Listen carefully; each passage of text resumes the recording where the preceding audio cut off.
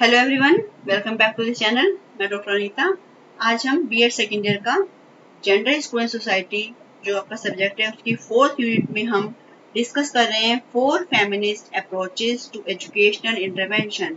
इसमें हमारी 4 थ्योरीज हैं जो कि इसमें बहुत ज़्यादा इसका कंट्रीब्यूशन है। फर्स्ट है आपकी सोशलाइजेशन थ्योरी, सामाजिकरण सिद्धांत, जेंडर डिफरेंस थ्योरी, जेंडर अंतर सिद्धांत, और थर्ड है स्ट्रक्चरल थ्योरी, संरचनात्मक सिद्धांत, और लास्ट एंड फोर्थ है आपकी डिकंस्ट्रक्टिव थ्योरी, विखंडन सिद्धांत। जो कि ये 3 थ्योरीज हैं। 3 थ्योरीज पहले डिस्कस की जा चुकी हैं। आपको प्लेलिस्ट में इसका मिल जाएगा ये, और डिस्क्रिप्शन बॉक्स में भी इसका लिंक मिल जाएगा। वहां से जाकर आप पहले 3 थ्योरीज को देखिए, उसके बाद आप डिकंस्ट्रक्टिव थ्योरी, विखंडन सिद्धांत इसको आप देखिएगा, जिससे कि आपको क्लियरली समझ में आ जाएगा कि ये थ्योरी क्या है।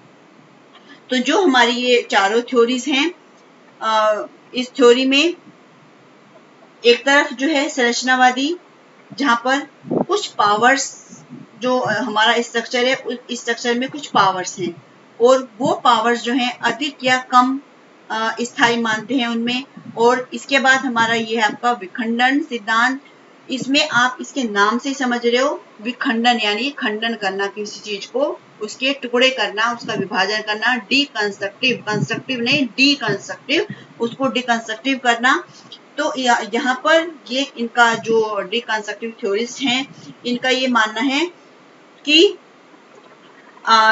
जो भी हमारी जो ये अजम्पशंस हैं, या जो एक सोसाइटी के लिए धारणाएं बनी हुई हैं, उन धारणाओं का खंडन करना होगा। ये किसी भी वर्ग के जनरलाइजेशन पर बिलीव नहीं करते हैं, है ना। तो ये देखते हैं कि इसके क्या थ्योरीज है। विखंडन, नारीवाद किसी भी वर्ग के सामान्यकरण या प्राकृतिक बताने के खिलाफ है, यानी कि ये सामान्यकरण, जनरलाइजेशन और नेचुरलाइजेशन, इस पर किसी भी तरह का बिलीव नहीं करते हैं, के खिलाफ हैं।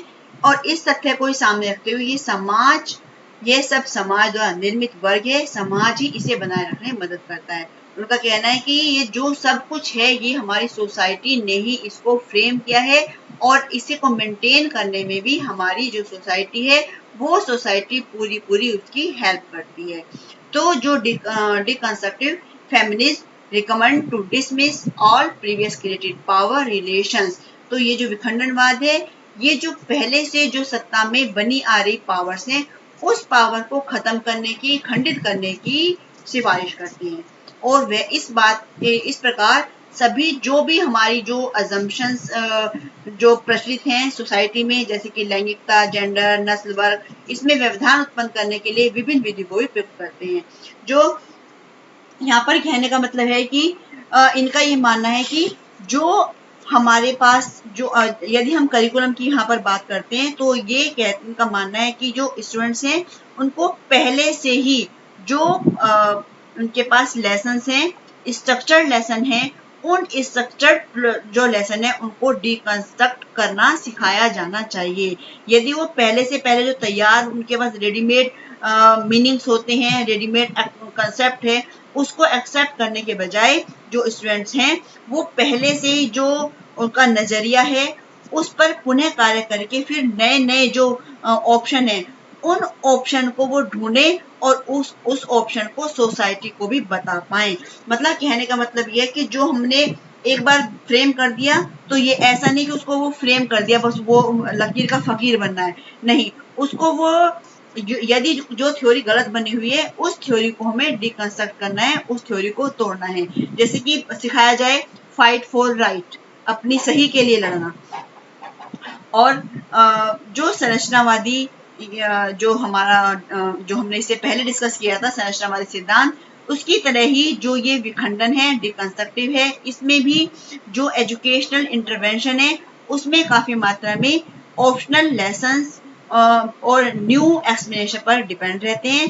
परंतु फिर भी जो डिकंस्ट्रक्टिव क्लासरूम्स हैं, उसमें प्रैक्टिस और संरचनावादी और सामाजिक सिद्धांतों में अंतर रखती है। तो जो जेंडर आपकी ये जो विखंडन सिद्धांत है, डिकंस्ट्रक्टिव थ्योरी है, ये जेंडर से संबंधित सारी जो धारणाएं हैं बनी हुई हैं, उनको डिकंस्ट्रक्ट करने की जरूरत पर बल देता है। यहाँ पर ये उनको खत्म करने की बात करता है कि हमें जो हमारी थ्योरीज बनी है उन थ्योरीज को हमें डिकंस्ट्रक्ट करना है। तो यहाँ इस सेशन में केवल इतना ही था आपका। आज आपकी चारों थ्योरीज यहाँ पर खत्म हो चुकी हैं और आपके पास कोई सजेशन है तो आप सजेशन को कमेंट बॉक्स में दीजिएगा। Thanks for watching.